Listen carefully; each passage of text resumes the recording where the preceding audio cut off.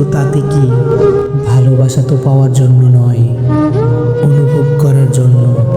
আর আমি আপনাকে প্রতিটা মুহূর্তে অনুভব করি। আমি আজ আপনার থেকে অনেক দূরে, হয়তো আপনি আমার অস্তিত্বের খবরও রাখেন না, তবুও আমার হৃদয়ে আপনি ঠিক আগের মতোই আছেন। সময় কেটে যাবে, বছর বাড়বে, জীবন বদলে যাবে, কিন্তু আমার অনুভূতি সেটা একটুও পরিবর্তন হবে না।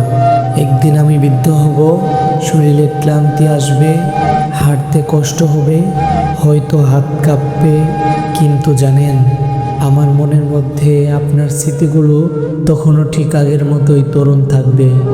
আপনার সেই হাসি, আপনার কণ্ঠস্বর, আপনার চোখের গভীর মায়া কিছুই হারাবে না, বরং আরো গভীর হয়ে থাকবে।